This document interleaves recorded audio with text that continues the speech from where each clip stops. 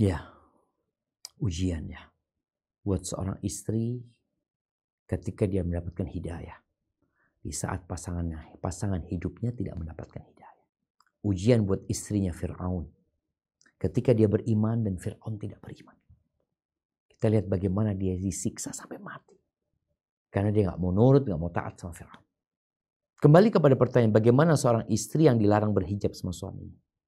Haruskah dia taat? Gak boleh. Suamimu tidak pernah menciptakan rambut yang ada di kepalamu. Suamimu tidak pernah memberikan hidung kepadamu. Suamimu tidak pernah memberikan bibir kepadamu. Suamimu tidak memberikan kepadamu kecuali nafkah. Kalau dia ngasih. Semua yang ada pada dirimu itu pemberian Allah. Siapa yang harus ditaati? Suami apa Allah? Ya Allah.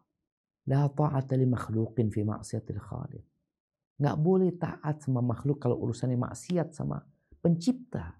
Allah menciptakan gitu. Kenapa aku harus taat kepada engkau makhluk? Kau makhluk sama dengan aku. Sedangkan Khalik, Allah yang menciptakan aku, melarangku, menyuruhku untuk melakukan ini. Dan melarangku melakukan itu. Siapa yang harus taatin? Allah Azza wa Jalla. Anda jadi ingat dengan kisah yang disebutkan tentang seorang wanita. Seorang anak ya. Seorang bocah yang dia masuk SMP mungkin. Dia pakai jilbab. Sedangkan di negeri Arab ini. Sedangkan aturan sekolah nggak boleh pakai jilbab. Akhirnya dia pakai jilbab. Pakai jilbab ke sekolah, marah gurunya. Nggak boleh. Aturan sekolah nggak boleh pakai jilbab. Semuanya dilepas jilbabnya. Akhirnya dia pulang. Dia nangis sama maknya. Dia ngatakan, ibu, kata bu guru nggak boleh pakai jilbab. Kata dia, sekolahan. Akhirnya ngomong guru ini. Nah, apa ibunya ngomong? Nah, engkau tahu siapa yang nyuruhmu pakai jilbab? Siapa ibu? Allah yang menciptakan engkau. Yang kasih rambut yang indah sama engkau. Yang kasih bola mata yang Masya Allah, yang kasih kepadamu wajah, tangan Allah. Nah, yang menciptakan langit dan bumi, Allah yang nyuruh engkau. Engkau menurut sama bu guru apa menurut sama Allah?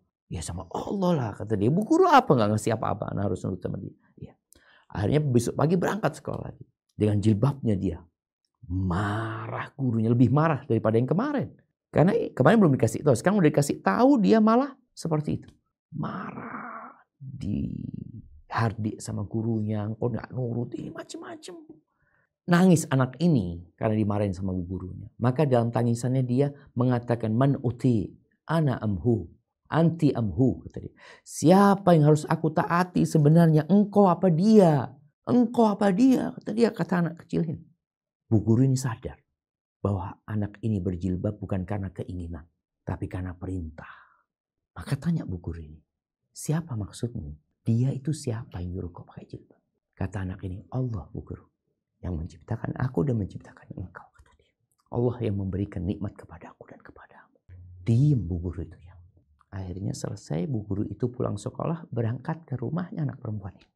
Dia mengatakan terima kasih, katanya aku jadi kenal Allah lewat anakku. Itu jemaah. Allah yang nyuruh gitu loh.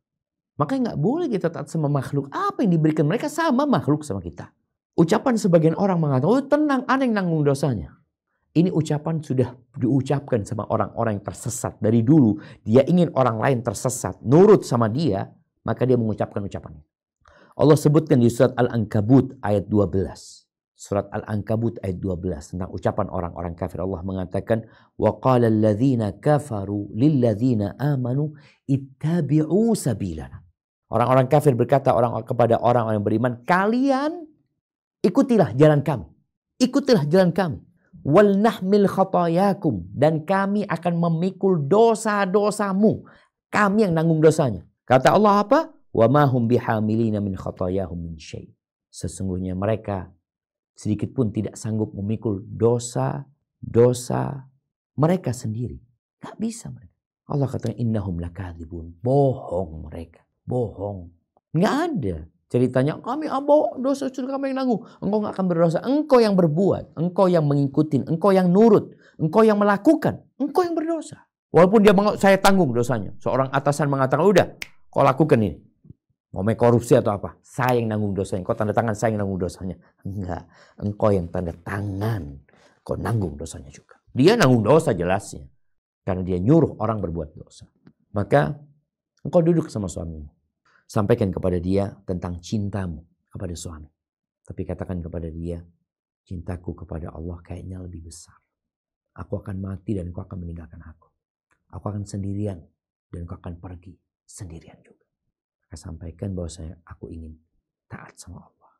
Kalau bicara jilbab bukan karena ikut-ikutan, tapi karena diperintahkan. Kalau bicara nggak mau gugat cerai, ya diajarin suaminya, diajak. Engkau tetap taat. Suamimu marah, katakan, aku menurut sama Allah SWT. Karena apabila tidak sama visi dan misinya, terkadang perceraian nggak bisa dihindarkan. Tapi ingat, dunia ini sementara. Engkau harus lebih taat kepada Allah daripada nurut sama suami. Berapa lama engkau sudah berusaha untuk memperbaiki suami? Kadang-kala gugat cerai itu menjadi sarana suami dapat hidayah. Karena biasanya sebelum diputuskan perceraian akan ada mediasi. Disitulah kehadiran orang yang berilmu akan mendengarkan darimu dan mendengarkan dari suamimu.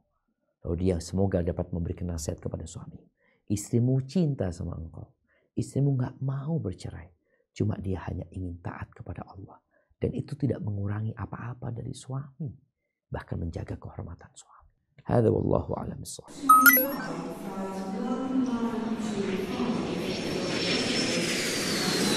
Hari ini masih mikir tiket pesawat untuk tes PMB? Nggak perlu khawatir. STDI Imam Syafi'i Jember tes PMB-nya secara online loh. Kapanpun dan dimanapun. Yuk daftar!